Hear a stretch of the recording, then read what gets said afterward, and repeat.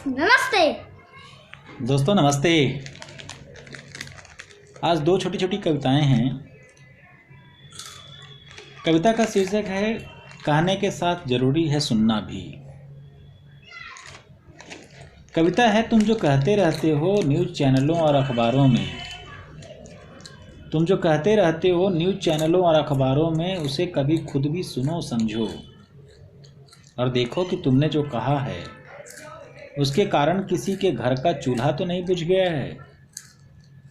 तुम जो कहते रहते हो न्यूज़ चैनलों और अखबारों में, उसे कभी खुद भी सुनो समझो और देखो कि तुमने जो कहा है उसके कारण कहीं किसी के घर का चूल्हा तो नहीं बुझ गया है। या फिर मुल्क जो कि हंस रहा था थोड़ी देर पहले तुम्हारे कहने के बाद उदास तो नहीं हो गया है।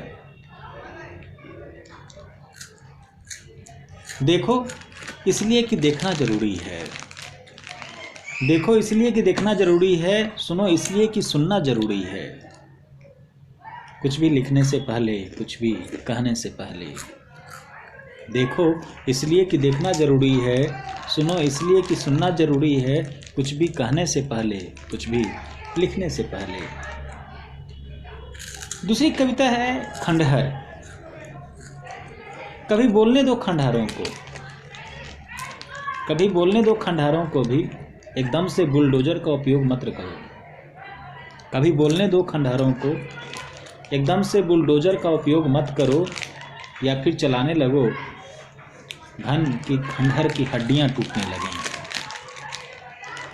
कभी बोलने दो खंडहरों को भी, एकदम से बुलडोजर का उपयोग मत करो, या फिर चलाने लगो घन की खंडहर की हड्डियां टूटने लगें। याद रखो खंडहर के पास नहीं होती है केवल टूटी और बीमार दीवारें।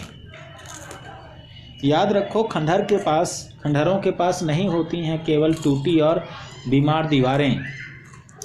खंडहरों को भी शौक नहीं होता कि रहें खंडहर हमेशा के लिए, और खंडहर हमेशा खंडहर भी नहीं होते, और खंडहर हमेशा खंडहर भी नहीं होते। बहुत बहुत शुक्रिया दोस्तों, धन्यवाद।